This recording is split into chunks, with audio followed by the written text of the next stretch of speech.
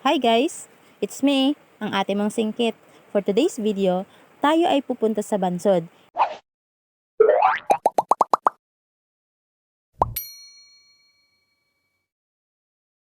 Hindi para mag-vlog, kundi para magbenta ng manok. Wala na kasi kaming budget para sa pagkain, kaya dedilihensya muna kami. Medyo dumarami na nga rin ang mga manok namin, kaya kailangan ng bawasan. Mapakahusay naman talaga mag-alaga ng mga manok ng aking asawa. Minsan nga nagtatampo na ako sa kanya buti pa yung manok may pasalubong. Kami wala. Sino bang pamilya mo? Sila o kami? Hindi pa nga tapos magpatoka ng manok ang aking asawa ay pumasok na nga ako sa aming bahay. At eto na nga mga kasingkit, naglalaro pala ang aking Jonakis, ginagawang instrument at tasa at kutsara. At pakanta-kanta pa. Aba at pangarap pa siguro maging musician paglaki. Maya-maya nga ay lumabas na rin kami. At gusto daw niya ipasyal si Wela, ang aso naming maarte. Shoot! At sumuot pala si Wela sa ilalim ng tricycle. Ay kainaman ng asong area. Ipapasyal na nga ni hindi pa sumama. Hirap na hirap tuloy ang aking baby cute. At iniwan ko na nga ang aking Jonakis sa court dahil papasok na ang aking dalawang anak. Ngayon, bibigyan ko naman sila ng baon. Kaso maling wallet ang dinala ng anak ko. Sabi niya, buksan ko na daw ang engine ng motor. Obo, engine din naman Kakapanood mo yan. At eto na nga, kumuha na ako ng barya para bigyan sila ng baon. Oh, ayan, 2 piso. Charis. Tig 20 sila talaga. Kasi mga bata ngayon, hindi na tumatanggap ng 2, 5, 10 pwede pa, pero mas mabuti ng biskwit na lang ang ibigay sa kanila para ma-sure ka na healthy ang kakainin nila. At eto nga, in-start ko na ang motor para makalakad na sila.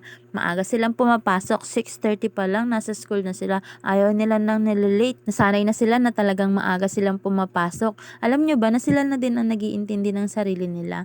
Ang panganay kong lalaki ang nagluluto at ang aking dalaginding naman ang naghuhugas ng pinggan. Kaya naliles na ang aking mga gawaing bahay kapag sila ay nakaalis na ng bahay. Pagkatapos, ako naman maglalaban ng marurong damit, maglilinis ng bahay, mag-a-arrange ng kung ano-ano mga gamit, tapos pakakainin at paliliguan ng aking bunsong anak. Pagkatapos nun, tutulog na kami. Pag may free time naman ako, nagbablog naman ako, and then, nalimutan ko pala, bago pa rin nga pala ako makapagawa ng mga gawaing bahay, pakakainin ko rin muna ang aking puso/asawa kasi kailangan niya ng konting kalinga at labis-labis na aruga. Tinawag ko nga pala dito mga kasingkit ang aking baby cute kasi gusto kong magpabili na ng kape. Aba, at nagdemand pa, kulang daw. Hindi naman yun kanya. At ngayon nga, pumunta na siya sa tindahan. Bibili siya ng kape. Tingnan natin, hindi niya alam na nakasunod ako sa kanya.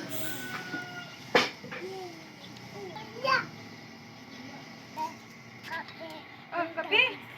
Saan ka na? Kape, dire. Ang dali kape nga. At nang makabili nga siya ay bumaba na siya at nagsuot ng sandals. Aba, ay baligtad pa nga ni ang sandals. Sabi ko sa kanya, baligtarin niya. Ayaw nang baligtarin, siguro nahihirapan ng tanggalin ang tsinelas niya. Kaya naglakad na lang siya patalikod.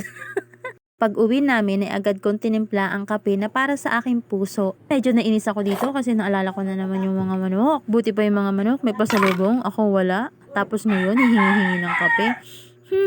Buhusan kita dyan mamaya. Ito nga, itinawag ko siya ng ilang ulit. Ang sabi ko, Be! Hindi niya ako nililingon. Inulit ko ulit, Be! Wala pa rin. Inulit ko ulit, Be, ang kape mo. Hindi talaga siya lumingon. Nanggigigil na talaga ako sa kanya. Kaya ang ginawa ko, ito. Kita niyo yun? Paso ang kaluluwa nun. Sige, kumain lang kayo, mga alipin sa gigilid. Pero dito lubos akong nagtataka. Ang akala ko, sabon lang ang bumubula. Bakit dito pati mantika? Guy. Eto nga pala ang manok na aming ibebenta. Hindi pala siya manok, tandang siya.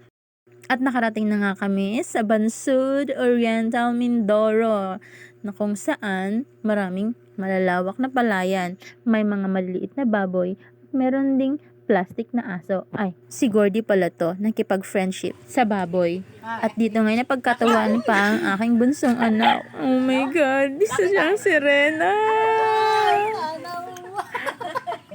Nagpapakitang gilas ang tandang na ito. Mamaya-maya ibebenta ka na. Mamaya-maya ay alaga ka na ng iba.